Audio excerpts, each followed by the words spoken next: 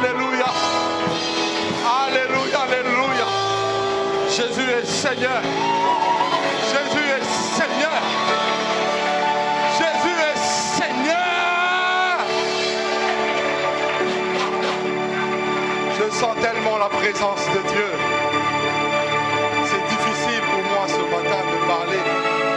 Mais je vais parler quelques minutes. Et puis nous allons prier le Seigneur. Jésus-Christ est déjà là. Jésus-Christ est déjà là. Amen. Comme nous avons pris l'habitude, étant donné qu'on nous a parlé du royaume toute l'année, donc on va juste serrer la main au roi, à la reine, qui est à côté de nous.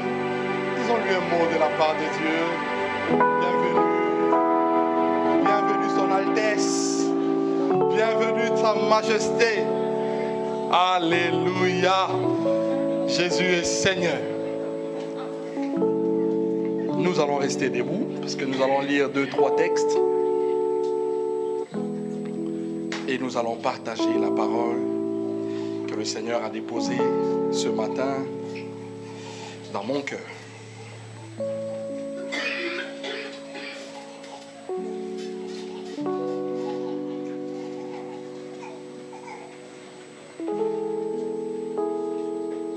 Nous allons prendre un texte qui nous servira de base de notre prédication de ce matin. Avec tout le respect que je vous dois, est-ce que nous pouvons nous tenir debout juste pour honorer la parole de Dieu? Nous sommes dans le livre de Luc, au chapitre 10. Il n'y a que 5 versets. Le verset 38 jusqu'au verset 42. Luc chapitre 10, le verset 38 et le verset jusqu'au verset 42. J'espère que tout le monde a trouvé.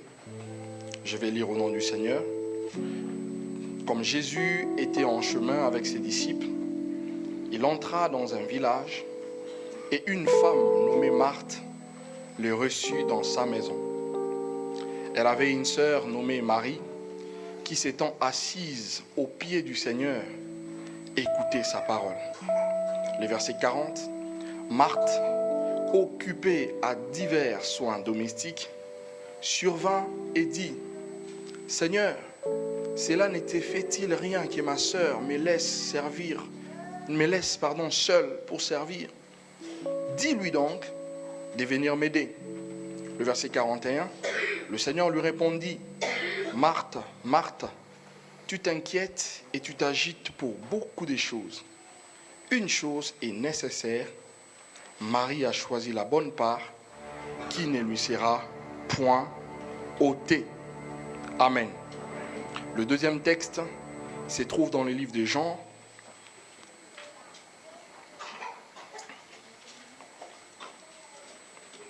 Évangile selon Jean, le chapitre 11e. Nous dirons d'abord le verset 1 jusqu'au verset 5. Ensuite, nous lirons le verset 20 jusqu'au verset 35. Il y avait un homme malade, Lazare de Béthanie, village de Marie et de Marthe, sa sœur. C'était cette Marie qui oignit des parfums le Seigneur et qui lui essuya les pieds avec ses cheveux. Et c'était son frère Lazare qui était malade. Le Seigneur envoyèrent dire à Jésus, les sœurs envoyèrent dire à Jésus, Seigneur, voici, celui que tu aimes est malade.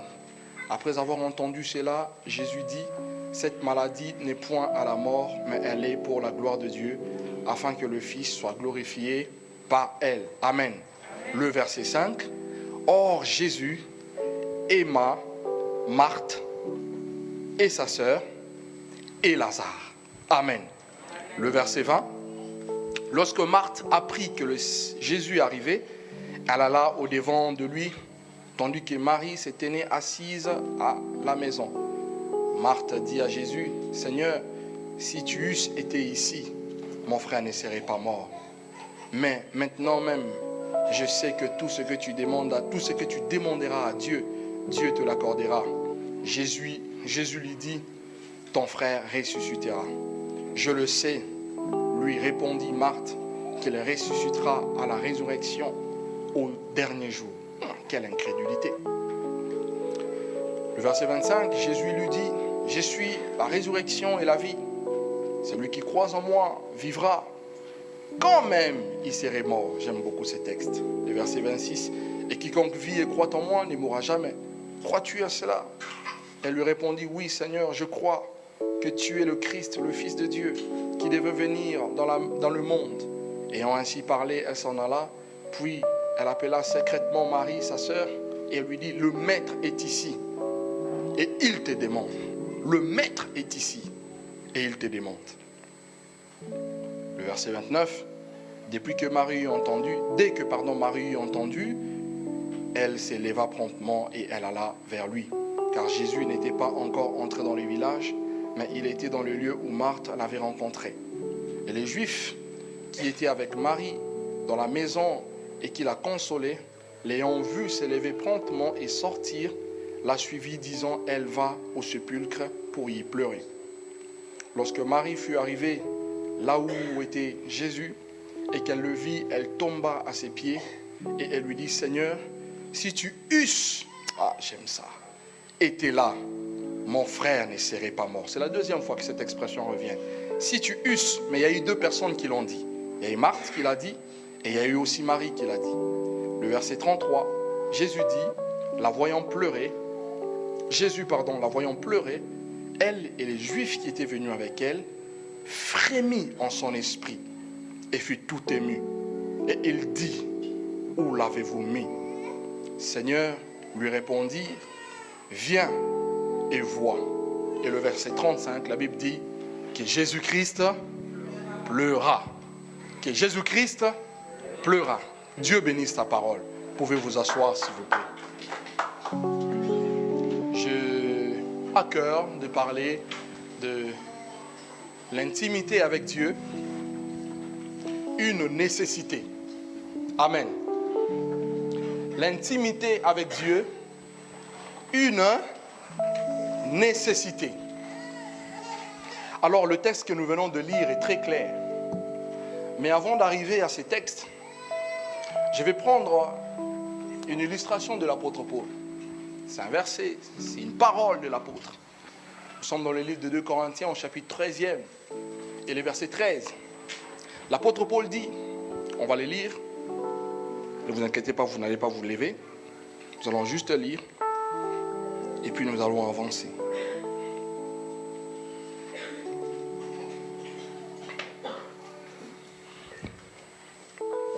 « 2 Corinthiens chapitre 13, le verset 13. Que la grâce du Seigneur Jésus-Christ, que l'amour de Dieu et la communication du Saint-Esprit soient avec vous. Amen. Amen. Ah, vous êtes froid ce matin. Vous n'avez pas mangé ou quoi? Amen. Vous n'avez pas pris des petits déjeuners ou quoi? Ça va, j'imagine. Amen. L'intimité avec Dieu, une nécessité. Lorsque nous parlons de l'intimité, il y a des intellectuels qui sont ici, des éminents, des hommes qui ont beaucoup étudié. Et par-dessus tout, nous sommes en France et que nous parlons français.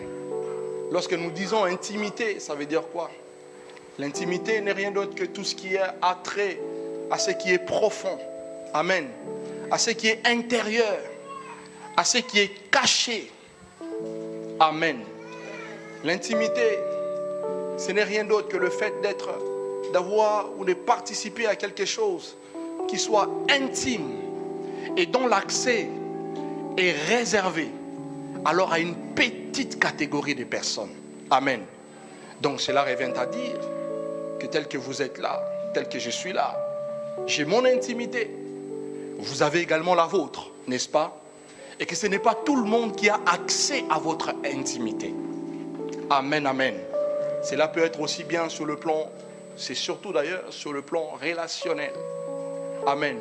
Et lorsque nous parlons de l'intime, c'est-à-dire que si je dis par exemple que tel frère, telle sœur est mon ami intime, je vais tout simplement dire que cette personne a accès aux choses profondes qui me concernent. Je vais tout simplement dire que cette personne connaît le secret de ma vie. Vous savez, aujourd'hui, nous sommes dans un monde où c'est très difficile de pouvoir vous ouvrir. Surtout avec un monde rempli des réseaux sociaux, etc. Où le but des humains, c'est non seulement de vous aider lorsque vous vous ouvrez à eux, ou encore à elles en parlant des personnes, c'est plutôt de vous détruire et de vous enfoncer. Et pourtant, lorsqu'initialement vous vous êtes ouvert, c'était juste un appel ou un cri à l'aide. Mais malheureusement, on va s'en servir pour pouvoir vous descendre, pour pouvoir vous humilier, pour pouvoir vous détruire. Voilà pourquoi, tel que vous êtes et tel que je suis, chacun de nous a sa propre intimité. Amen. Amen, amen. Ne vous inquiétez pas, nous allons comprendre la pensée de Dieu. Et par la suite, nous allons prier Dieu. Donc chacun de nous, tel que nous sommes, nous avons notre propre intimité. Et sur le plan relationnel, comme je le disais tantôt, l'intimité, ça concerne les relations avec les hommes, n'est-ce pas? Et l'intimité est le degré le plus élevé dans la relation humaine. C'est-à-dire que lorsque nous nous rencontrons pour la première fois, vous êtes d'abord, on fait connaissance, n'est-ce pas? C'est pour ça que nous avons dans notre langage courant, c'est une connaissance. Quelqu'un a déjà dit ça? C'est une connaissance. Ensuite, pour ceux-là qui travaillent, par exemple, ils vont dire, mais non, lui, c'est ni mon frère, ni ma soeur, mais c'est mon collègue. Amen. Donc il y en a, on peut parler de certaines choses, mais ça s'arrête là. Et dans le pays dans lequel nous vivons, on peut être des meilleurs copains au travail, mais lorsque chacun ferme la porte, il dit à demain, c'est véritablement à demain. Il ne faut pas m'appeler parce qu'on n'est pas des amis, on est des collègues, il ne faut pas l'oublier. Amen. Ensuite, vous pouvez avoir les amis, n'est-ce pas?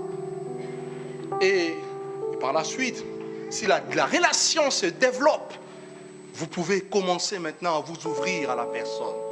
Pour commencer à lui partager des choses qui sont propres à vous.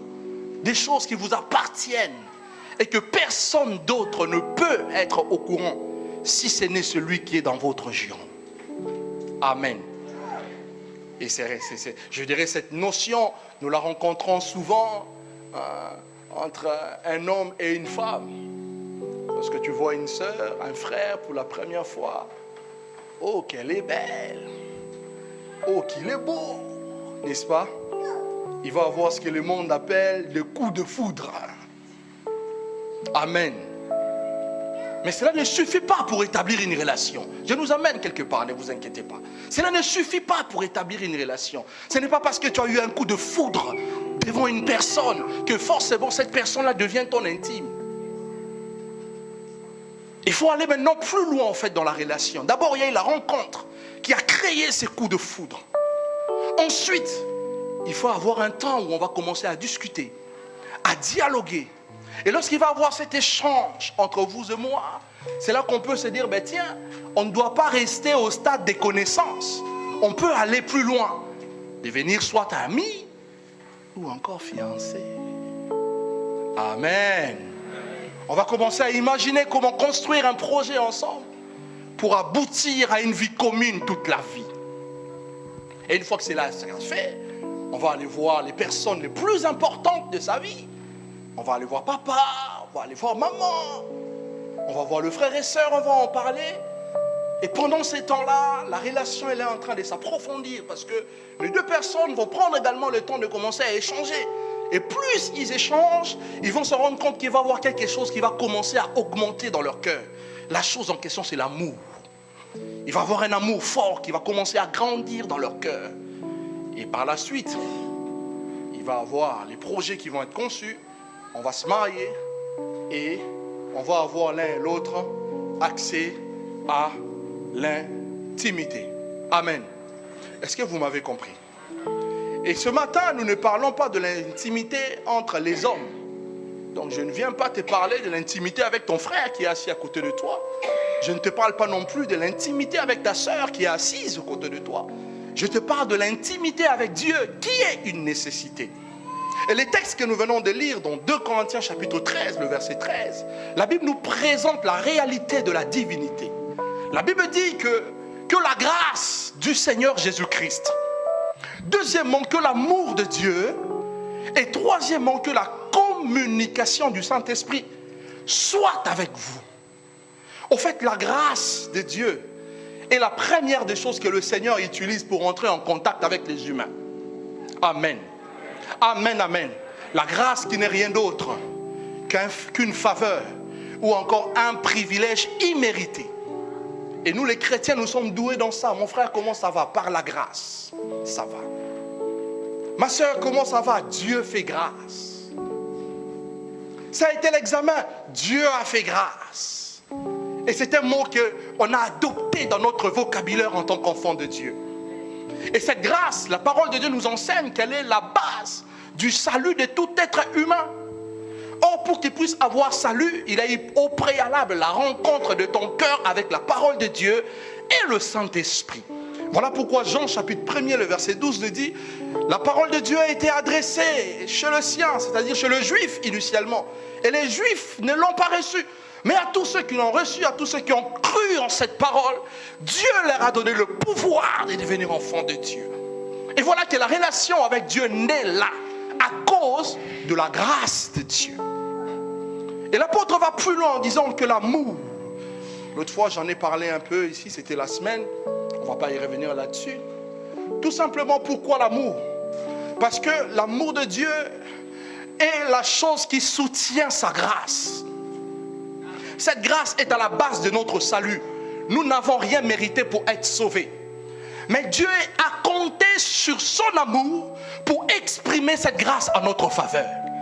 Voilà pourquoi Jean nous dit au chapitre 3, le verset 16e, un verset que les chrétiens connaissent, où c'est le premier verset que quand tu t'es converti, on te demande de mémoriser. Car Dieu a tant aimé le monde qu'il a donné son Fils unique, afin que quiconque croit en lui ne périsse point, mais qu'il reçoive la vie éternelle. Donc, il y a eu l'expression de l'amour de Dieu qui soutient cette grâce. Et ce matin, je vais juste ouvrir une parenthèse. Comme j'ai toujours l'habitude de le dire, que l'amour de Dieu est sans contrepartie. Et Dieu ne t'aime pas parce que tu as réalisé que tu dois l'aimer. Dieu t'aime tel que tu es. Avant même que tu ne te rendes compte que Dieu existait, avant même que tu te rendes compte que Dieu a manifesté son amour, Dieu t'aimait déjà. Voilà pourquoi la Bible dit dans le livre de Romains au chapitre 5e que pendant que nous étions encore impies, sans loi, Jésus-Christ est mort pour nous. Et l'apôtre va plus loin en disant que Dieu fournit, c'est-à-dire Dieu donne les preuves de l'existence de son amour. Amen. Pendant que nous étions encore impies, Jésus-Christ est mort pour nous. Ça, c'est l'expression de la grâce soutenue par l'amour de Dieu. Donc, quel que soit le mal que tu peux faire, quel que soit le mal que je peux faire, l'amour de Dieu est capable de l'engloutir. Voilà pourquoi, parce que Dieu nous aime, Dieu peut nous pardonner facilement, quel que soit ce que nous pouvons faire. Tu as avorté, tu as tué, tu as volé, tu as escroqué, tu as été sorcier à un moment de ta vie. Dieu, dans son amour, est capable de te pardonner. Amen. Et troisièmement, il parle de la communion ou encore de la communication avec le Saint-Esprit. Justement, c'est l'Esprit qui va nous aider à avoir une relation, n'est-ce pas, avec Dieu. C'est l'Esprit qui nous aidera à avoir une intimité avec le Seigneur. Il parle de la communication. Il parle de la communion, mais également de la communication. Et là, nous voyons justement la notion de l'intimité dont nous voulons parler ce matin.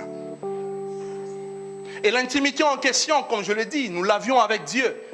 N'est-ce pas? Le Père, le Fils et l'Esprit qui nous aident à communier avec la divinité. Et Dieu est une personne. Je n'ai pas dit que Dieu est un homme. Amen. Je n'ai pas dit que Dieu est un homme. Dieu est une personne. C'est-à-dire en tant que personne, il bouge. N'est-ce pas? En tant que personne, il le parle. Amen, amen. Il le parle. En tant que personne, il l'entend. Je suis venu te donner la garantie que Dieu écoute tes prières. que Dieu entend tes prières, si du moins elles sont faites sur le principe de la parole de Dieu. Amen, amen. Dieu marche. Le prophète Naoum nous dit que les nuées sont la poussière des pieds de l'Éternel. Et Isaïe va plus loin en disant que le ciel est ton trône et la terre est ton marchepied. Ça veut dire que Dieu marche. Dieu a les mains, Dieu peut toucher. C'est pour cela que même quand ton mari, là, même s'il ne veut pas prier, ce n'est pas un problème. Dieu est capable de toucher l'invisible qui est son cœur. Toi, tu n'as pas le pouvoir de toucher son cœur, mais les mains de Dieu sont aussi puissantes pour pénétrer son cœur et le toucher. Amen. C'est pour cela qu'Ésaïe dit, la main de l'Éternel n'est pas trop courte pour sauver. Amen. Même si tes enfants ne veulent pas prier, Dieu est capable de les toucher. Et ses oreilles ne sont pas trop dures pour entendre. Quand les gens s'élèvent pour te manifester la méchanceté autour de toi, laisse-moi te dire que Dieu, comme c'est une personne, il voit. Amen, amen. Dieu voit. Et le psalmiste nous dit que celui qui a planté l'œil ne verra-t-il pas? C'est pour cela qu'il ne faut pas avoir peur de l'adversité. Il faut être vrai avec soi-même et avec sa conscience. Vous savez, on peut vous faire du mal. Dieu s'élève toujours pour défendre la cause du ciel. Amen, amen. Et malheureusement, c'est ceux qui vous font du mal qui en réalité se font eux-mêmes du mal. C'est pour cela que la Bible dit qui condamnera les élus de Dieu? C'est Dieu qui les justifie. Qui nous séparera de l'amour éternel de Dieu? Serait-ce les dominations, les autorités, les problèmes, les démons, encore moins les anges? Amen, amen. Donc en tant que personne, on peut avoir une relation avec lui. Mais le problème, c'est lequel? Là où beaucoup d'enfants de Dieu, nous en tant qu'enfants de Dieu, nous rencontrons effectivement des problèmes. C'est comme dans la vie humaine. Vous démarrez une relation. Je vais le dire autrement. Ce n'est pas la relation qui importe. Il est plus facile d'établir une relation. Mais il est difficile de la maintenir. Donc si je nous pose la question, nous avons rencontré énormément de gens dans notre vie. Est-ce que c'est pour autant qu'ils sont devenus nos amis? Répondez-moi. Est-ce que c'est pour autant qu'ils sont devenus nos intimes? Alors qu'est-ce qui a fait qu'avec les uns on est parti plus loin et avec les autres au bout d'un moment nous nous sommes arrêtés? C'est tout simplement parce que ce soit d'une partie ou d'une autre, il n'y a pas eu la volonté d'aller plus loin. Amen. Donc avoir une relation c'est très facile. Et si les gens divorcent aussi aujourd'hui beaucoup, vous savez pourquoi? Parce qu'ils ne comprennent pas cette notion qu'une relation s'entretient même au prix des larmes. Ça veut dire que si vous aimez une personne, quel que soit le larme que la personne peut vous faire, vous êtes capable de pardonner, de continuer à avancer. Et je sais de quoi je parle. Dans les couples, il y a beaucoup de problèmes. Amen. Il y a beaucoup de problèmes dans les couples. Il faut pas. Il y a beaucoup de problèmes dans les couples. Mais qu'est-ce qui sauvera une relation? C'est votre amour et votre détermination de pouvoir avancer. Quels que soient les problèmes, les vents et les marées. Amen. C'est pour cela que lorsque vous lisez Genèse chapitre 2, le verset 15, la Bible dit que l'Éternel Dieu prit l'homme qu'il avait formé et il le plaça dans le jardin d'Éden. Éden qui veut dire délice. Et selon Ézéchiel chapitre 28, ce jardin-là, Éden, n'est rien d'autre que l'image de la présence de Dieu. C'est-à-dire que c'était un jardin que Dieu avait pris et a placé dans sa présence. Mais Dieu donna une responsabilité à l'homme. C'est-à-dire que l'homme devait cultiver et garder le jardin. Voilà là où nous échouons. C'est-à-dire que pour aller plus loin dans une relation, nous devons apprendre à la développer. Et deuxièmement, nous devons apprendre à la garder. À la garder. À la protéger. Amen. Amen. Est-ce que vous m'avez compris? L'intimité avec Dieu, tu peux l'avoir. Ce jour-là, Jésus est rentré dans ton cœur. Ce jour-là, Jésus est rentré dans mon cœur. Mais qu'est-ce qui fait qu'au bout d'1 an, les autres avancent On a même l'impression qu'on dirait Dieu fait du favoritisme. Dieu ne fait pas du favoritisme. Amen. Ce qui fait la différence entre les enfants de Dieu, dans notre relation avec le Seigneur, c'est le désir de pouvoir d'abord développer notre relation et deuxièmement de pouvoir la garder. Parce que nous avons tous, chacun à son niveau des attaques. Et plus vous grandissez avec le Seigneur, les attaques aussi augmentent. Donc qu'est-ce qui fait que les uns arrivent et les autres échouent? C'est tout simplement parce qu'ils oublient ce principe qu'une relation doit se préserver, doit se protéger, quelquefois au prix de l'art. Amen. Quelquefois au prix de l'art. Et la relation avec le Seigneur doit être développée. C'est pour cela que nous parlons de l'intimité. Il ne faut pas s'arrêter au parvis. Il faut aller plus loin. Pourquoi? Parce que c'est dans l'intimité de Dieu que Dieu est. Nous l'avons chanté, non? Amène-nous là où tu es. Dieu est partout, mais sa présence n'est pas manifeste partout. C'est pour cela que Dieu, pour nous faire comprendre cela, il nous parle du temple. La Bible nous dit qu'il y avait le lieu saint, le lieu très saint et le parvis. Mais la véritable présence de Dieu, elle n'était vraiment pas là au parvis. Encore moins dans le lieu saint. Elle était dans le lieu très saint. Pour vous montrer qui pourrait entrer dans le lieu très saint. Un seul homme seulement. Donc si nous voulons aller plus loin avec Dieu, nous devons également payer les prix pour aller là où Dieu est. Et la Bible dit, approchez-vous de Dieu et le Seigneur s'approchera de vous. Donc votre relation, votre intimité avec Dieu, elle commencera à se développer quand vous comprendrez la décision de vous approcher de Dieu. Elle ne viendra pas parce que vous écoutez des prédications du matin au soir. Elle ne viendra pas non plus parce que vous connaissez les hommes de Dieu. Est-ce que je peux avancer? Elle ne viendra pas parce que vous connaissez des hommes de Dieu. Elle viendra lorsque vous prendrez la décision de vous approcher tous les jours de Dieu. Amen, amen. L'intimité avec Dieu doit être développée. Dieu est là. Dieu nous attend tous quelque part.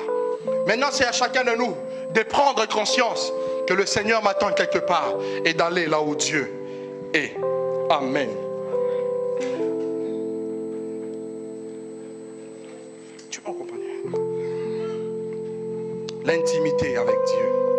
Alors le texte que nous avons lu, je vais aller un peu plus vite. De Luc, qui est notre texte de base. Et je vais développer quelques pensées que Dieu a mis dans mon cœur. Et puis nous allons prier le Seigneur.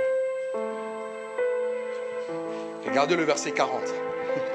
La Bible dit, je fais un peu les choses en l'envers, vous allez comprendre pourquoi.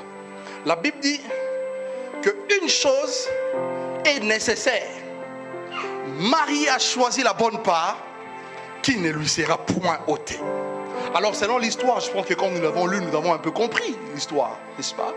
Jésus revenait de Jéricho et il s'est dirigé vers Jérusalem. Il était pratiquement à la fin de sa mission. Et pendant qu'il partait à Jérusalem, il va faire un petit, comme nous on dit ici en autoroute, il va prendre une sortie. Et la sortie qui amène vers le petit village de Béthanie. C'est pour ça que je nous ai fait lire les deux textes, pour que nous comprenions en fait le village en question n'était rien d'autre que le village de Béthanie. Le village de Marie, de Lazare, etc. Donc il va faire un petit détour là-bas. Et là-bas, il va être accueilli dans une maison d'une fameuse Marthe. Et cette Marthe avait justement des responsabilités. Elle avait ses frères et ses sœurs. Il avait justement Lazare et Marie. Et c'est elle qui les avait reçus. C'est elle qui était, dans notre langage courant, la hôte. C'est elle qui a reçu le Seigneur. Mais lorsque nous lisons l'histoire, on a l'impression qu'il y a eu changement des données. Il y a eu changement des choses. L'histoire a pris une autre tournure. Au lieu que Marthe, qui a reçu le Seigneur, puisse être élevée, honorée. Mais nous avons l'impression que le Seigneur honore plus Marie. Alors pourquoi cette grande différence? C'est ce qui m'a d'ailleurs poussé à commencer à méditer un peu sur ces textes. Et le verset 42 nous dit quoi? Le verset 42 nous dit qu'une chose était nécessaire, c'est que Marie avait choisi la bonne part. Quelle était donc cette part? C'est-à-dire que Jésus rentre à la maison, Marthe, au lieu de s'occuper de son Seigneur, au lieu de s'occuper de son invité, dans sa tête, non, mon invité doit manger quoi? Mais non, ce n'est pas le plus important. Moi, quand je viens chez toi, je ne viens pas chez toi pour manger. Excusez-moi. Quand vous venez chez moi, je suis profondément persuadé que vous ne venez pas non plus pour manger. Amen. C'est pour cela que je vais juste ouvrir une parenthèse. Les gens me surprennent. Vous pouvez rigoler, vous avez le droit. Les gens me surprennent. Quand ils vont dans une fête de mariage, oh non, mais c'était bien, mais on n'a pas bien mangé. Donc toi, tu viens au mariage pour manger ou pour communier? La Bible dit, réjouissez-vous avec ceux qui se réjouissent. Donc toi, ce qui te donne la joie, c'est la nourriture. Mes amis, vous voyez comment nous tombons bas quand même. C'était juste une parenthèse. Donc je ne pense pas qu'il soit venu chez Marthe pour manger. Il était venu parce qu'il avait besoin d'échanger avec eux. Il était venu parce qu'il avait besoin de parler avec eux. Parce que la preuve, c'est quoi? Marthe va s'occuper des soins domestiques. Et Marie va comprendre en fait la raison d'être du maître ici. C'est pour nous parler, c'est pour communier avec nous. Et Marie va s'asseoir au pied du Seigneur. Au point où il a commencé à l'écouter. Le verset 42, j'y reviens. La Bible nous dit que la part que Marie avait choisie était la bonne. C'est pour cela que je parle de l'intimité avec Dieu comme une nécessité. Donc la part que Marie avait choisie était la bonne. Pourquoi? Avant d'aller plus loin, je vais parler de quelques vérités. La première des choses, c'est laquelle? La première vérité que nous voulons voir, c'est que l'intimité avec Dieu est un choix. Amen. L'intimité avec le Seigneur est un choix. Donc Dieu ne t'obligera pas à avoir une relation profonde avec lui. Si tu le veux, il t'ouvrira son cœur. Il a dit, je me tiens à la porte et je frappe. Si quelqu'un entend ma voix et ouvre, j'entrerai, je souperai avec la personne et lui avec moi. Amen. Donc Dieu ne t'obligera pas à avoir une relation avec lui. Tu dois faire ses choix. Ces choix, je dois le faire. Amen. Et le prophète Moïse va plus loin en disant, il est au soir de sa vie, il va rassembler tout le peuple de Dieu. Il va leur dire, je prends le ciel à témoin. Nous sommes dans le livre de Deutéronome au chapitre 30, le verset 19 et le verset 20. Il dit, je prends le ciel à témoin. Je mets devant vous la vie et la mort. La bénédiction, j'aime ça, et la malédiction. Mais je vous conseille de choisir la vie. Je m'arrête là avant d'aller un peu plus loin. Ça veut dire que lorsque nous voyons les hommes qui manifestent les indices de la malédiction, frères et sœurs, il est vrai qu'il y a question des alliances, mais aussi question de choix. Amen, amen. Surtout nous qui sommes chrétiens, vous savez, quand vous êtes chrétien, l'esprit des tontons, des tantines tombe. Je ne comprends pas comment les enfants de Dieu peuvent commencer à avoir l'idée qu'un sorcier est à la base du blocage de ma situation. Nous avons besoin de la délivrance. Et la vraie délivrance, c'est par rapport à l'ignorance. Donc un sorcier ne peut pas bloquer ta vie. Si ta vie a l'impression d'être bloquée, ça veut dire que c'est Dieu qui le permet. Nous avons lu avec Lazare. Dieu l'a permis parce que cette maladie devait glorifier son nom. Mais il n'y a pas de sorcellerie, il n'y a pas de magie, il n'y a pas de puissance maléfique qui vous atteigne. Donc le choix que vous faites déterminera si vous percérez ou pas. Dieu dit choisis la vie. J'ai mis la bénédiction devant toi. Mais je te conseille de choisir la vie. Qu'est-ce que tu choisis? Qu'est-ce que je choisis? Moi j'ai dit à Dieu, j'ai choisi la bénédiction. Je veux être béni. Je veux. Et la bénédiction, quand nous parlons de la bénédiction, ce n'est pas les voitures. Ça au moins vous l'avez compris lors de la conférence. Donc si toi tu te bats pour avoir des millions, j'ouvre encore une petite parenthèse. Vous savez, la Bible dit que l'homme ne peut recevoir que ce qui lui a été donné du ciel. C'est-à-dire que si dans le plan de Dieu, Dieu ne t'avait pas destiné aux millions, tu ne l'auras pas, quels que soient tes efforts. Est-ce que je peux avancer? Parce que nous voyons trop de chrétiens, je vais devenir millionnaire. Mais millionnaire pourquoi? Dieu te donnera le pain qui t'est nécessaire, mais il ne te donnera pas les millions pour en faire quoi? Amen. Donc vous pouvez travailler comme des malades, excusez-moi pour l'expression, mais vous ne l'aurez pas. Alors quand vous ne l'aurez pas, n'accusez pas Dieu que Dieu est menteur. Non, Dieu n'est pas menteur. Dieu nous donne que ce qu'il avait réservé pour nous. Si dans son calendrier, tu ne devrais pas avoir ça, mon ami, quoi que tu fasses, tu ne l'auras pas. C'est d'ailleurs aussi vrai dans le domaine ministériel.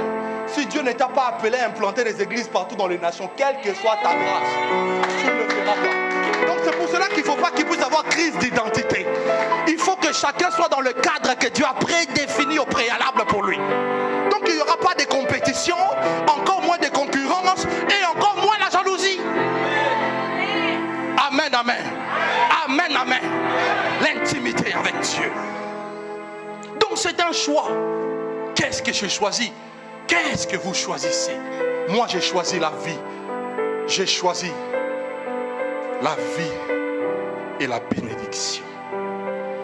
Deuxième chose que nous voyons, le temps part très vite, nous allons écourter quand même. Deuxième chose que nous voyons, c'est que la maison était à Marthe. La maison appartenait à Marthe. Elle n'était pas à Marie. Mais Jésus rentre dans cette maison, l'histoire change. Je vais ouvrir une parenthèse, pas une parenthèse, je vais plutôt le dire forme d'un enseignement. Ça veut dire quoi? Ça veut dire que nous ne devons pas nous battre pour avoir une place quelconque, aussi bien dans la société et pour nous qui sommes croyants dans l'église. Amen. Amen. On ne vient pas à l'église pour devenir prophète, pour devenir pasteur, pour devenir assistant, je ne sais pas moi, secrétaire. On vient à l'église pour le Seigneur. Amen. La maison appartenait à Marthe. Mais l'histoire va changer. Qu'est-ce qui a fait que l'histoire a changé? C'est la position que Marie occupait dans le cœur du maître. Donc en clair, ce que je veux dire, ça ne sert à rien de chercher à avoir une place. Or, l'intimité avec Dieu nous donne non la place, mais la position. L'intimité avec le Seigneur nous donne non la place, mais la position. Car cette position que nous avons en Dieu nous fraye un chemin et nous donne une place parmi les hommes. Donc c'est pour cela qu'il n'y a pas trop d'efforts à faire. L'effort qu'il faut faire, c'est de développer sa relation avec Dieu. Parce que si Dieu a dit que tu serais directeur, même si là tu as commencé comme homme de ménage, Dieu va frayer un chemin. Tous ces directeurs vont s'en aller pour que toi tu prennes la place. C'est à cause de ton intimité avec Dieu.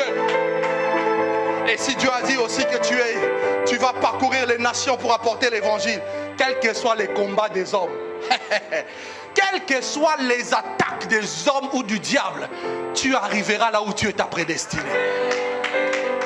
Et qu'est-ce qui permettra que tu puisses avoir une position dans le cœur de Dieu? C'est tout simplement la place que tu feras à Dieu dans ton cœur. Amen. Crée de l'espace pour Dieu. Dans ta vie, crée de l'espace pour le Seigneur. Crée de l'espace pour Dieu. Plus on le fait, plus Dieu nous positionne en lui. Et plus Dieu nous positionne, en réalité, nous rejoignons le texte ou encore les enseignements qui nous est donné à l'église, plus Dieu te positionne en lui, l'autorité de Dieu grandit en toi. Par conséquent, le royaume grandit en toi. Et partout où tu marches, c'est le royaume de Dieu qui s'impose. Donc il faut que les chrétiens deviennent des directeurs ici. Il faut que vous deveniez des grands hommes. Vous savez, cela n'est pas incompatible à la foi. Le problème, c'est le cœur. Dieu a dit à David, quand les richesses s'accroissent, n'y attachez pas votre cœur. Mais vous êtes des lecteurs de la Bible ou pas? Quand les richesses grandissent, n'attachez pas votre cœur. Le problème n'est pas l'argent. Même quand les hommes de Dieu chutent apparemment parce qu'ils ont eu des moyens, le problème n'est pas ça au fait. Le problème c'est que dans leur cœur il y avait des ingrédients mauvais. Et ça s'est révélé lorsqu'ils ont commencé à en avoir. Vous savez, je n'ai pas besoin d'avoir de l'argent, beaucoup d'argent pour tromper ma femme. Si je le fais, ça veut dire qu'en moi déjà il y a des choses. Il y avait déjà des choses. J'attendais juste l'élément déclencheur. Amen, amen. Oh, aidez-moi un peu. J'attendais juste l'élément déclencheur. Donc c'est pour cela que le cœur est très important. Et que les Écritures disent, garde ton cœur plus que toute autre chose. Car c'est de lui que viennent les issues de la vie. Amen, amen. Amen, amen. La position, elle est donnée lorsque nous faisons de la place dans notre cœur pour le Seigneur. Troisième vérité que nous retenons de ces textes. La Bible dit que Marie était assise aux pieds de Jésus et elle écoutait sa parole. Elle écoutait sa parole. Assise auprès de Jésus et elle écoutait sa parole. Là, je vais m'arrêter un peu là. Marthe était préoccupée au service. Mais Marie avait compris au fait qu'il n'y a pas de service sans intimité. Parce que l'intimité a plus de valeur que le service. Et que le service est une conséquence de l'intimité avec Dieu. Ça veut dire que lorsque tu es en intimité avec Dieu, tu dois le servir. C'est une obligation. Tu dois le servir. C'est comme ça. Amen. Quel que soit ton niveau social, tes diplômes, ce que tu possèdes, tu dois servir Dieu parce que tu es en relation avec lui. Mais pas l'inverse. On ne sert pas Dieu parce que, voilà. D'abord, il faut qu'on ait une relation personnelle, une intimité avec Dieu. Et de cette relation va découler le service. Donc, elle servait. Comme il y en a plusieurs peut-être qui viennent ici à l'église, il y en a d'autres qui chantent, il y en a même d'autres qui prêchent. Quand je dis ici à l'église, comprenez un peu mon langage, je vois moi l'église d'une manière générale. Il y en a d'autres qui prêchent, qui chantent, qui font des actions. C'est pour ça que vous méfiez-vous des ministères de Facebook. L'intimité c'est quelque chose de caché, mais Facebook expose tout. C'est quoi ça? Comme je disais encore l'autre fois, un bien-aimé, vous savez, vous pensez que Dieu a besoin. La Bible dit que la prière doit se faire en secret. Mais aujourd'hui, on voit de plus en plus de convocations de prières sur Facebook. C'est quoi ça? Après, vous me direz, c'est une inspiration, mais il fallait attendre que seulement une personne commence pour que tout le monde le fasse. Quelle inspiration. Amen, amen. Amen, amen. Assise à ses pieds pour écouter sa parole. La parole de Dieu est celle qui est à la base de notre foi. La Bible dit que la foi vient de ce que l'on entend. Et ce que l'on entend vient de Dieu. Vous imaginez Marthe, elle était en train de servir. Mais en réalité, elle n'avait pas la foi. Parce que ce que nous avons lu après dans Jean 11, ça a démontré clairement qu'elle était vacillante, qu'elle n'avait pas la foi. Donc on ne peut pas non plus servir Dieu sans croire au Dieu dans lequel nous servons. Amen. Donc la foi premièrement, elle était assise auprès du Maître pour écouter sa parole, mais également pour avoir de cette parole la foi.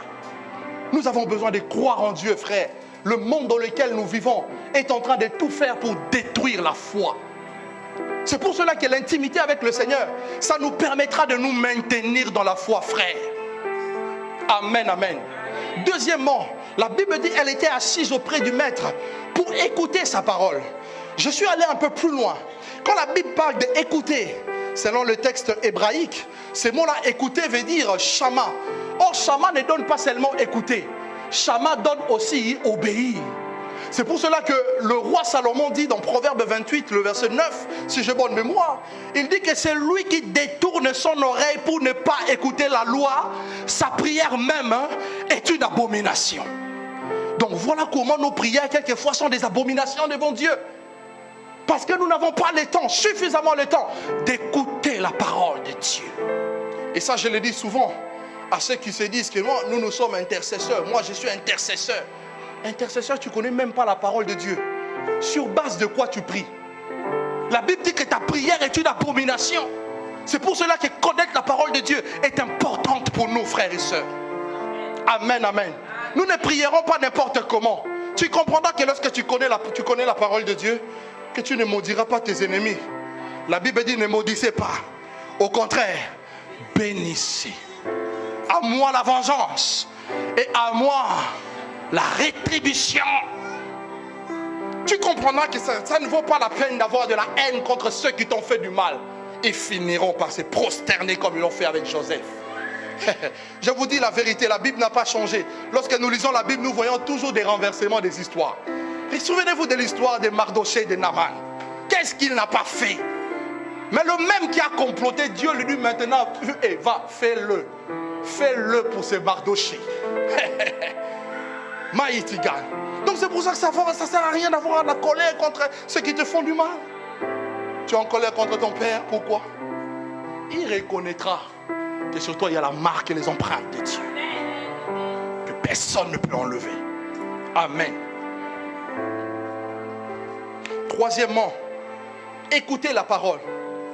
Pourquoi écouter la parole de Dieu? Pourquoi devons-nous écouter la parole de Dieu? Tout simplement parce que Dieu soutient toutes choses par sa parole puissante. Donc l'intimité avec Dieu, comme je l'ai dit, cette intimité elle vient avant le service. Pourquoi? Parce que l'œuvre de Dieu n'est pas notre œuvre, n'est pas notre travail, c'est le travail de Dieu. Le service que nous faisons n'est pas notre service, c'est le service que nous rendons à Dieu. Donc alors il faut le rendre conformément aux normes divines. Amen. C'est pour cela que Paul dit que nous sommes donc ouvriers avec Dieu. Et vous êtes le champ de Dieu, son édifice. 1 Corinthiens chapitre 3, le verset 9. Et là je vais également mettre en garde tous ceux qui servent Dieu, entre guillemets, et qui méprisent les autres. parce que sous prétexte qu'il ne fait rien, entre guillemets, à l'église, il faut faire attention. Vous savez, Élie se présente devant le Seigneur. Dieu lui dit, que fais-tu ici, Élie? Il dit, Seigneur, voilà ton peuple a abandonné ta loi. Ils ont renversé tes autels. Ils ont tué tous tes prophètes. Mais je suis resté le seul qui n'a pas fléchi ses genoux devant Baal. Je déployais tout mon zèle. Dieu lui dit, mon ami, mais qui t'a dit que tu étais resté le seul? Quelle prétention! Qui t'a dit que tu étais le seul? C'est pour cela qu'au ciel, il va y avoir beaucoup de surprises. Il y aura des gens que nous n'avons pas connus. Mais ces gens-là seront. C'est la Bible dit, Dieu dit à Élie, je me suis réservé 7000 hommes qui n'ont pas fléchi les genoux devant Baal. Pendant que toi, tu ne les connais pas, puisqu'ils sont dans mon intimité. Moi seul, je les connais. Masketo, maskuta. C'est pour ça que l'intimité avec Dieu est très importante, mon ami. Et que nous devons arrêter de la prétention. Parce qu'il y a des ministères publics et il y a aussi des ministères qui sont cachés et qui resteront cachés pour prier, qui resteront cachés pour faire l'œuvre de Dieu dans le secret. C'est pour cela que lorsque les apôtres reviennent voir le Seigneur en disant, Seigneur, même les démons nous sont soumis, parce que pour eux c'était un exploit. Jésus leur dit, mes amis, ne vous réjouissez pas parce que les démons vous sont soumis, mais réjouissez-vous au contraire parce que vos noms sont écrits dans le ciel. Donc ce qu'il faut rechercher, c'est que son nom soit écrit dans le ciel. Je n'ai pas besoin d'avoir un micro pour prêcher, pour que vous sachiez que je suis un homme de Dieu. Je connais ma relation avec Dieu. Je connais comment je fonctionne avec Dieu. Et j'ai dit, plus ça va, nous devons être des hommes et des femmes de secret. Pourquoi? Parce qu'un arbre se lève à la dimension où ses racines s'approfondissent sur le sol. Mandebroska. Alléluia, alléluia. Tu veux monter avec Dieu, tu dois apprendre à connaître l'opération inverse. C'est pour cela que Jésus ne pouvait pas connaître la gloire dans une dimension élevée, sans passer par la mort et par la croix du calvaire. Par la résurrection, par la mort, il a fallu qu'il soit planté et que ses racines pénètrent et qu'il ressorte vivant. Et qu'en ressortant vivant, qu'il ne soit pas le seul fils de Dieu, que toi aussi sois appelé le fils de Dieu, que moi aussi je sois appelé le fils de Dieu et que le Saint-Esprit soit libéré. Alléluia, alléluia. La relation avec Dieu. Paul dit aux Galates, puisque maintenant vous avez connu Dieu, et puis il rectifie, puisque vous avez été connus de Dieu. On peut prétendre connaître Dieu, mes amis. Le plus important dans l'intimité, dans la relation avec Dieu, c'est que le Seigneur vous connaisse. Est-ce que Dieu te connaît? Est-ce que Dieu me connaît? J'anticipe déjà ce que je vais dire à la fin. Et ceux-là qui participeront à l'enlèvement qui va arriver très bientôt, c'est des hommes et des femmes que Dieu connaît. La Bible dit en effet, les solides fondements de Dieu restent fermes, car le Seigneur connaît ce qui lui appartiennent. Et quiconque prononce le nom du Seigneur, tout s'éloigne de l'iniquité. Je n'ai pas besoin de tromper le pasteur. Je n'ai pas besoin de tromper mes frères et sœurs. Je n'ai pas besoin de vous tromper. Je connais ma conscience, frère. Arrête de nous tromper. Si tu es là dans la masturbation, arrête de nous tromper.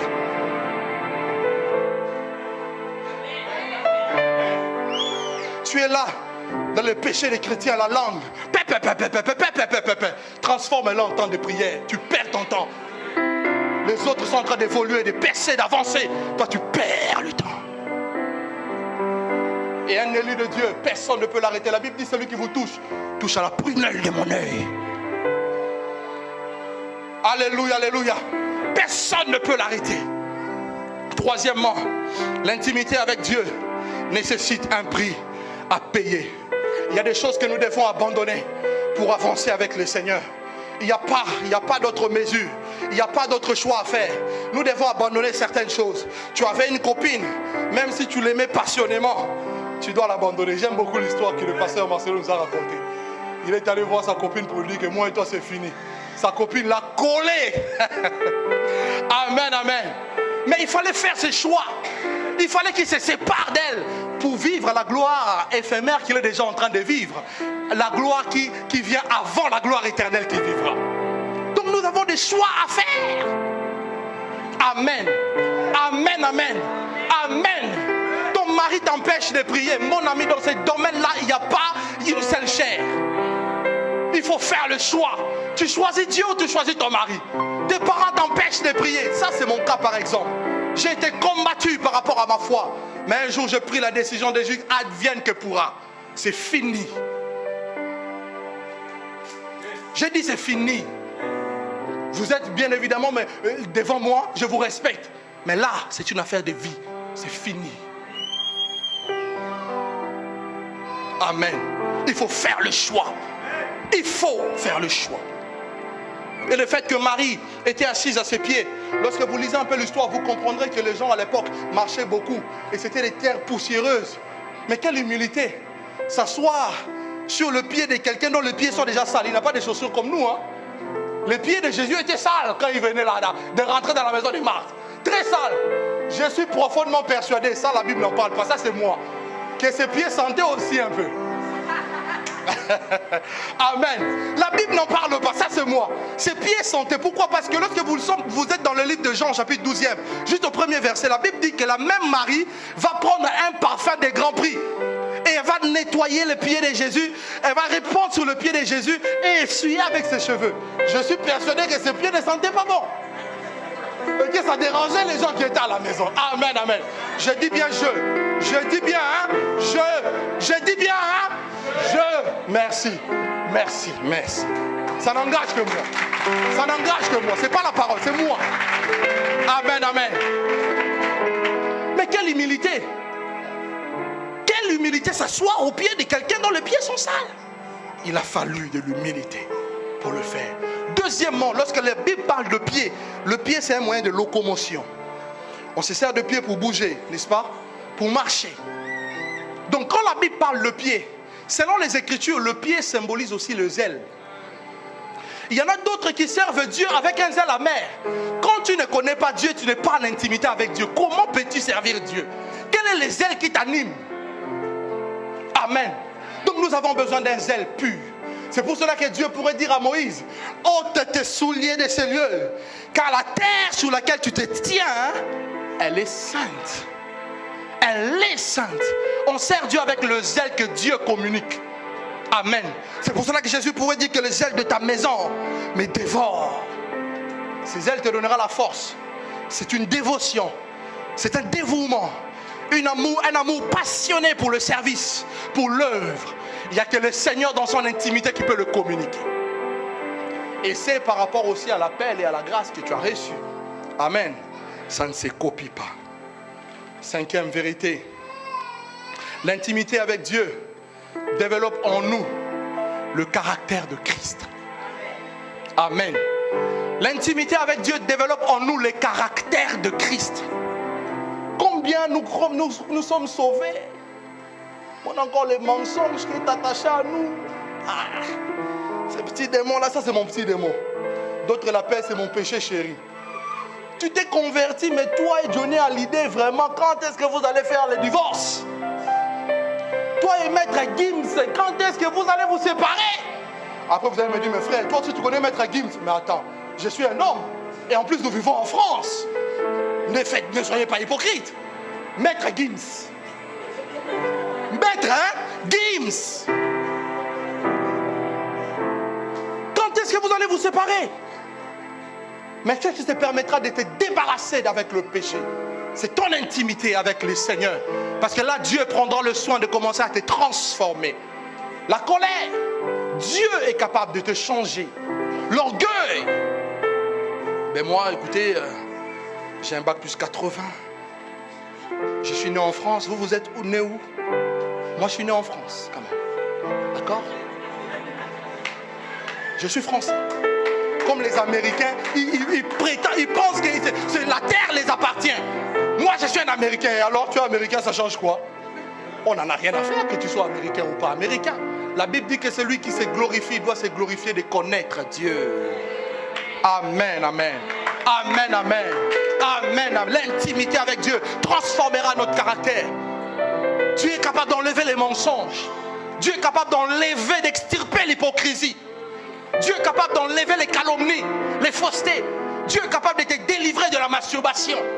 Dieu est capable de te délivrer de la puissance de la pornographie. Le Seigneur est capable de te délivrer de l'oppression démoniaque. Dieu est capable de te délivrer des femmes, des maris de nuit. Jésus est capable de te libérer de l'influence de la musique du monde. Jésus est capable de nous libérer de la haine,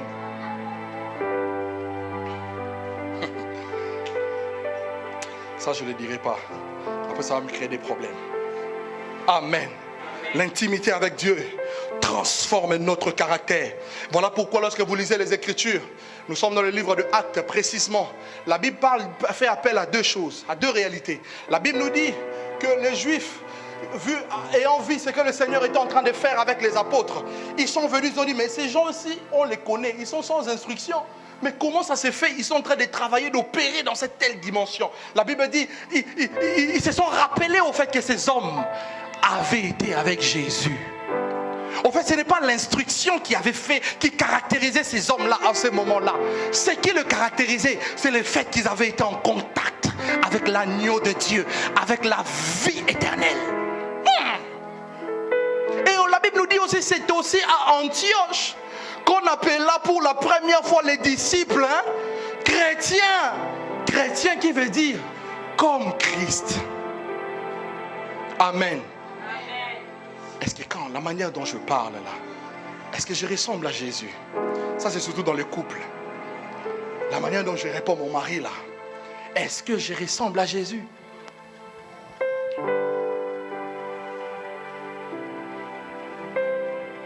La manière dont on règle le problème, est-ce que je ressemble à Jésus? Tout le monde triche, toi aussi tu triches. Jésus est capable, dans sa relation avec toi, de te délivrer. Sixièmement, je vais aller un peu vite. L'intimité avec Dieu nous donne accès au secret de Dieu. Vous savez, aujourd'hui, nous vivons, surtout nous les chrétiens, ça c'est quelque chose que je me pose vraiment beaucoup de questions. Et le Seigneur m'a aidé à comprendre cela au travers du texte sacré. Nous nous posons beaucoup la question. On a l'impression d'être surpris des fois par les événements. Et pourtant, selon les Saintes Écritures, nous ne devons pas l'être. Amos chapitre 3, le verset 6, la Bible dit que l'Éternel Dieu ne fait rien sans avoir révélé son secret à ses serviteurs, le prophète. Ces serviteurs-là, les prophètes, n'est pas seulement ceux qui tiennent le micro et qui parlent au nom de Dieu, entre guillemets. C'est tous ceux qui s'approchent de Dieu avec un cœur vrai, un cœur pur. Pourquoi? Parce que Dieu a dit que dans le dernier jour, je répandrai de mon esprit sur toute chair. Vos fils et vos filles prophétiseront. Donc lorsque nous sommes en intimité avec Dieu, rien ne pourra nous échapper. Dieu nous informera toujours de ce qui arrivera. Donc, il faut que nous nous réveillons, frères et sœurs. Comment on peut être là dans la famille, les événements nous surprennent et on est là, c'est normal, c'est arrivé que dans toute chose que le nom de Dieu soit béni. La Bible dit que toute chose concourt au bien de ceux qui aiment Dieu. Nous devons grandir et arrêter de quelquefois ces discours. Comment la mort peut frapper et on est innocent? Comment on peut avoir les maladies héréditaires qui s'imposent dans la famille et on ne comprend pas d'où peut venir? Non, il faut, frère, que ça change. Amen. Il faut que ça change. Il faut que ça change. Au nom de Jésus. Nous sommes de nouvelles races qui avaient été introduites dans nos familles, dans le monde, pour amener le changement et la transformation. Septième vérité, c'est que l'intimité avec Dieu est l'élément déclencheur du miracle. Vous savez, si nous sommes en intimité avec Dieu, nous n'aurons rien à craindre. Psaume chapitre 60, le verset 13, j'aime beaucoup ce verset, le 14. La Bible dit, donne-nous du secours contre la détresse, car le secours de l'homme n'est que vanité. Mais avec Dieu, nous ferons des exploits. Là, nous sommes arrivés à la fin de l'année. Je suis en train d'atterrir tout doucement, nous allons prier. Là, nous sommes arrivés à la fin de l'année. J'ai toujours dit une chose, un homme intelligent, ne soyez pas vexés par ce que je suis en train de dire. Il n'y a aucune prétention. La Bible dit, je disais, un homme intelligent est celui qui, chaque jour d'ailleurs, doit apprendre à s'asseoir et faire le bilan de sa vie. On a commencé l'année, on nous a prêché sur le royaume. On a tellement parlé des choses du royaume. Nous sommes au soir de 2016 et à l'aube de 2017. Où est-ce que tu en es? Où est-ce que j'en suis? Vous savez, quand vous commencez à vous asseoir comme ça, c'est là au fait que la prise de conscience naît. Et la décision, je ne dirais pas la décision, la résolution de voir les choses changer commence également. On nous a annoncé des choses, mais où sont-elles? Dieu est-il monteur? Je ne pense pas. Le problème, c'est à notre niveau. C'est pour cela que l'intimité avec Dieu, frère, est l'élément déclencheur du miracle. Et Dieu est un Dieu de miracles. Je suis venu ce matin comme porte-parole de Dieu pour t'annoncer que Dieu que tu pries est un Dieu de miracles. Un miracle, c'est quelque chose qui dépasse l'entendement humain. Un miracle, c'est quelque chose qui dépasse les capacités humaines. Un miracle, c'est quelque chose qui dépasse la force de l'homme. Il a dit, qui es-tu, grande montagne devant Zorobabel? Dieu, il la planira. Où est le Dieu de miracles que nous prions, frère? Il faudra que nous revoyions nos relations avec Dieu. Dieu est un Dieu de miracles. Et Dieu s'engage à démontrer sa puissance dans la vie de quiconque décide de se ranger derrière lui. C'est pour cela qu'il a dit, voici les miracles qui accompagneront ceux qui auront cru au Seigneur. Nous devons vivre le miracle. La vie d'un enfant de Dieu est une vie de miracle. Mais aujourd'hui, nous vivons très peu de miracles. Quand je parle de miracle, je ne vois pas seulement le fait que les paralytiques marchent. C'en est un.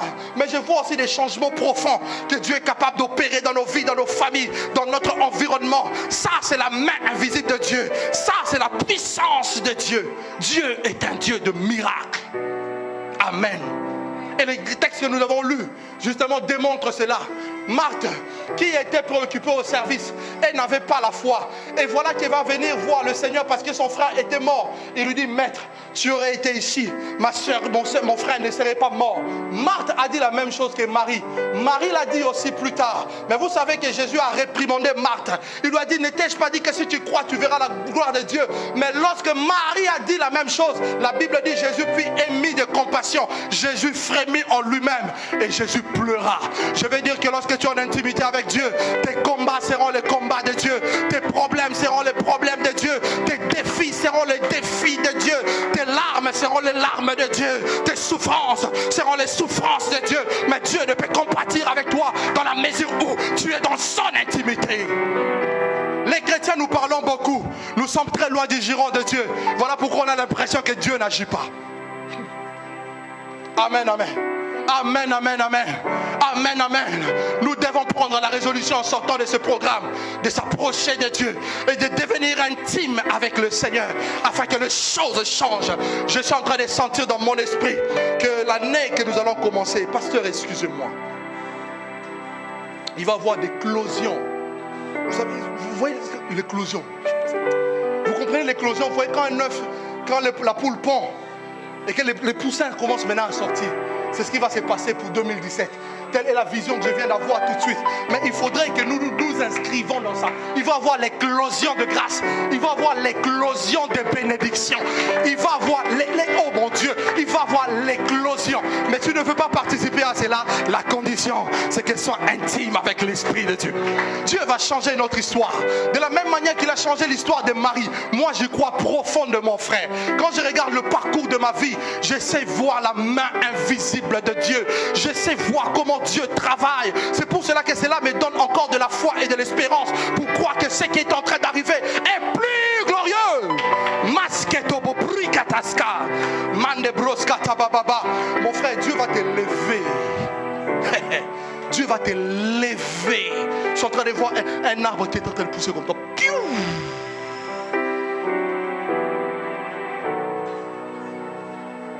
Amen, amen. Amen, amen, amen. Amen, amen, amen. L'intimité avec Dieu déclenche le miracle. Et enfin, je finis en disant que l'intimité avec Dieu nous prédispose au repos. La Bible dit qu'il y a donc un repos de Dieu réservé pour le peuple de Dieu. Le temps de l'Église sur la terre est en train de connaître sa fin.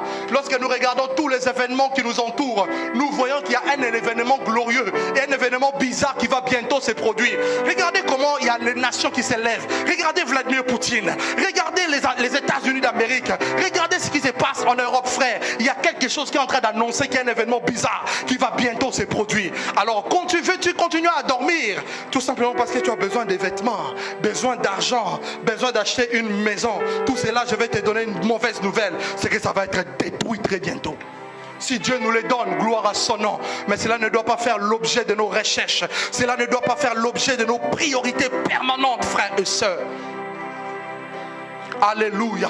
il y a un repos réservé pour le peuple de Dieu.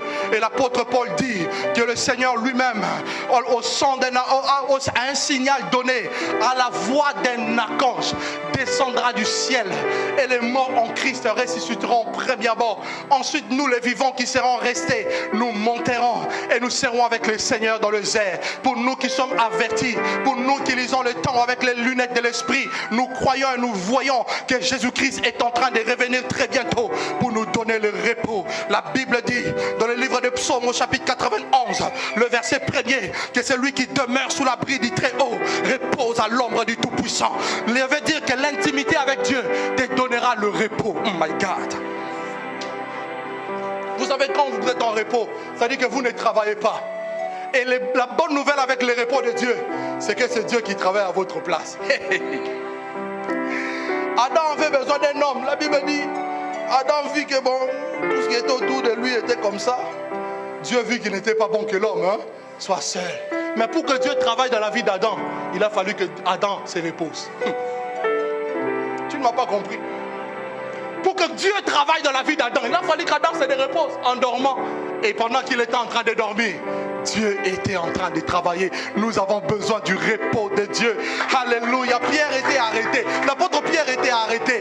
Il savait qu'on avait déjà décapité Étienne. On avait tué Jacques et que lui était le prochain. Mais au lieu de se lamenter, la Bible dit que Pierre dorma. Tu ne m'as pas compris. Pierre était en train de dormir. Pourquoi? Parce que Pierre, en se reposant, il savait que Dieu était en train de travailler pour sa cause. Il faut que nous rentrions dans le repos de Dieu. Et seule l'intimité avec Dieu est capable de nous donner le repos de Dieu. L'intimité avec Dieu est capable de nous introduire dans le repos de Dieu. Alléluia. C'est pour cela que Jésus dit, venez à moi, vous tous qui êtes fatigués, chargés, moi je vous donnerai du repos. Prenez mon joug et recevez mes instructions et vous trouverez le repos pour vos âmes. Nous sommes debout. Nous allons prier le Seigneur.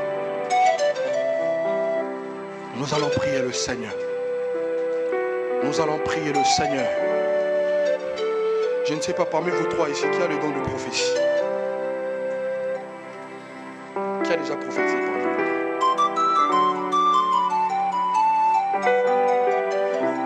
Prophétie, jamais. Vous voulez la voir? C'est vrai.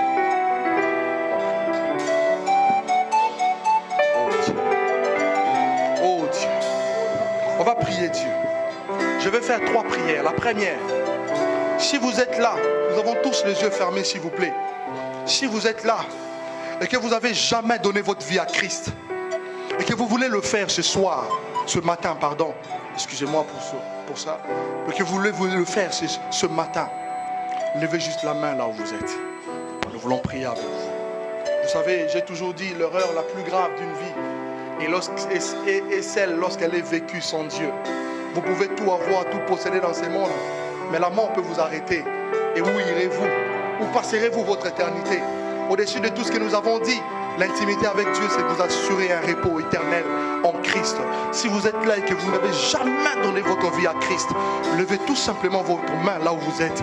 Nous allons prier avec vous. Alléluia. Alléluia. Alléluia. Alléluia. Alléluia. Alléluia. Merci. Vous pouvez la baisser. Nous allons prier avec vous. Oh, nous allons prier pour nos frères qui ont levé leurs mains. Oh, rababababababa. Oh, rababababa. Élevons tous la voix, s'il vous plaît. Nous allons prier pour nos frères. Ils ont pris une merveilleuse décision qui est celle de donner leur vie à Christ. Seigneur mon Dieu, la Bible dit, venez à moi, vous tous qui êtes fatigués, chargés. Je t'abandonne mes frères, mes sœurs. Seigneur, qui ont pris la résolution, Seigneur mon Dieu, de marcher avec toi, d'abandonner le péché, d'abandonner le monde, Seigneur, et de te suivre, oh Dieu. Ma prière, Seigneur, est que tu marches avec eux. Ma prière est que ton esprit les prenne en charge. Ma prière, ô Éternel des armées, est que la gloire de ta personne et de ta présence, Seigneur, les accompagne.